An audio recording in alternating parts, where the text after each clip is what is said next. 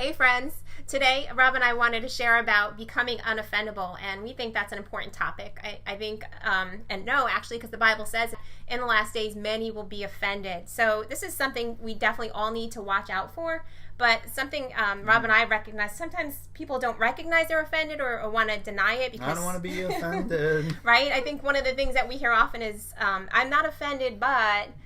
So what do you think, Rob, a sign of offenses or signs of offense are? Well, definitely that one is that when people come to you and they say they're not offended. I think also a distance. Sometimes they're not quick to answer your phone calls, or they won't even answer your phone call. They'll avoid you a little bit. The silent treatment, maybe not necessarily the comfort level there in the relationship. So those are all signs of offense. Definitely passive aggressive behavior. Sometimes people do things, they're upset, they say things. It comes out in their speech. It says in the Bible, out of the abundance of the heart, the mouth will speak.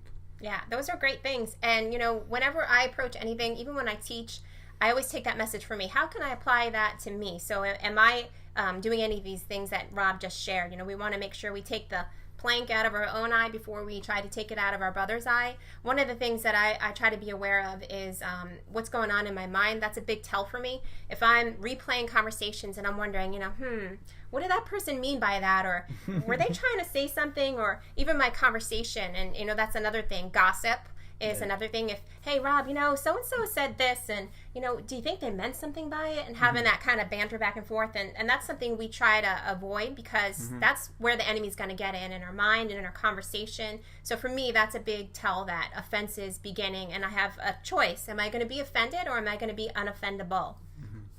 Yeah, for me to be unoffendable, one of the things that I try to do is I try to always get what I need from God in my affirmation. So anything that comes from another person, that is kind of like the icing on the cake. But That's good. First and foremost, I find my affirmation from the Lord. Second is that to remain unoffendable, I recognize that there's an enemy, and it's not the person. Often people do things because they've been hurt and they've gone through experiences, so I try to give them the benefit of the doubt. Another thing that I try to employ in the relationships that I have and to help people, because I'm a firm believer that you can teach people how to treat you. I have a saying that I say very often. I say what you mean what you say, but don't say it mean.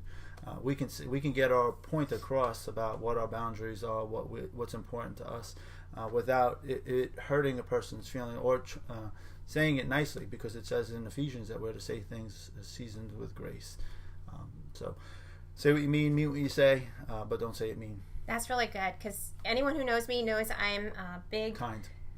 Promoter and believer, and something I work on in my own life is kindness. And if you were going to go in my house today, you'd see all these pictures on kindness. Be humble and kind. I just found a new one that says if you could be anything, be kind.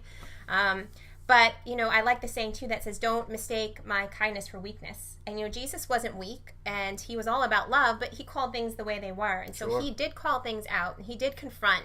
And confrontation is not mean, it's not wrong, it's not being unkind, but it actually is key to healthy relationships. So that's part of what Rob was saying with setting boundaries. And I think when we set healthy boundaries in our lives, and I think the key is really dealing with it right on the spot if you can, rather than, someone saying something and later on the enemy, building it up and an offense builds up. But, hey, what did you mean by that? Or, just trying to get clarity with the person.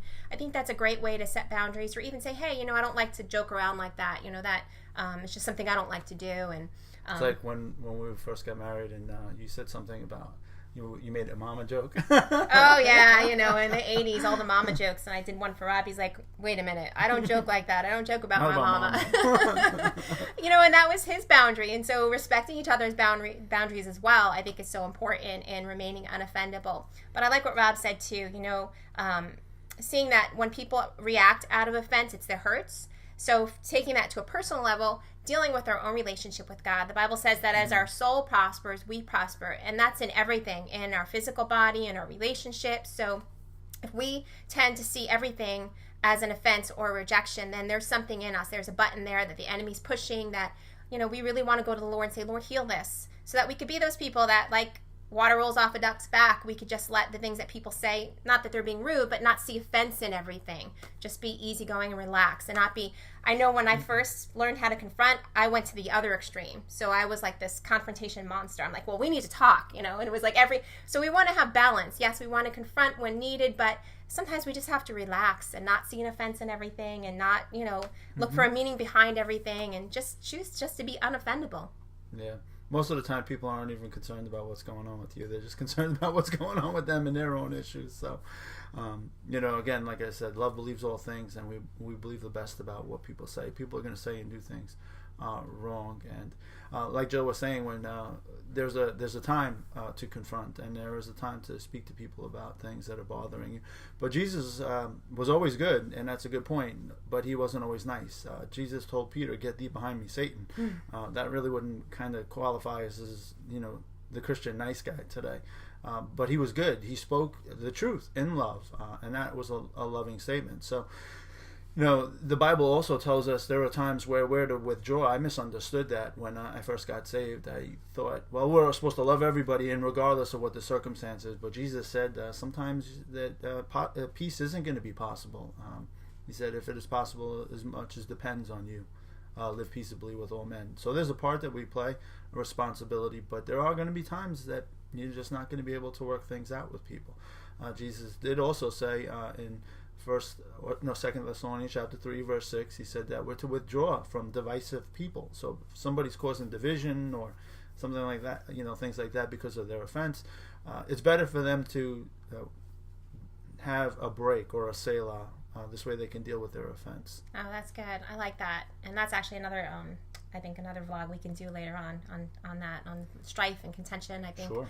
Those are offense, strife, contention. Those are things that the enemy tries to use to get into hurt our relationships, because we are people of relationship. We have a relationship with God, and then we're on this earth to make a difference in the lives of others. So that's the number one target. The enemy wants to get in between our relationships, and I believe just being aware and making that commitment. You know what? I'm going to be unoffendable. I'm going to deal with the things in my life.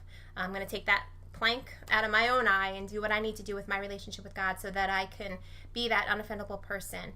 And I just think that's where it starts. But I'm not offended, but you're in my space. No, I'm just kidding.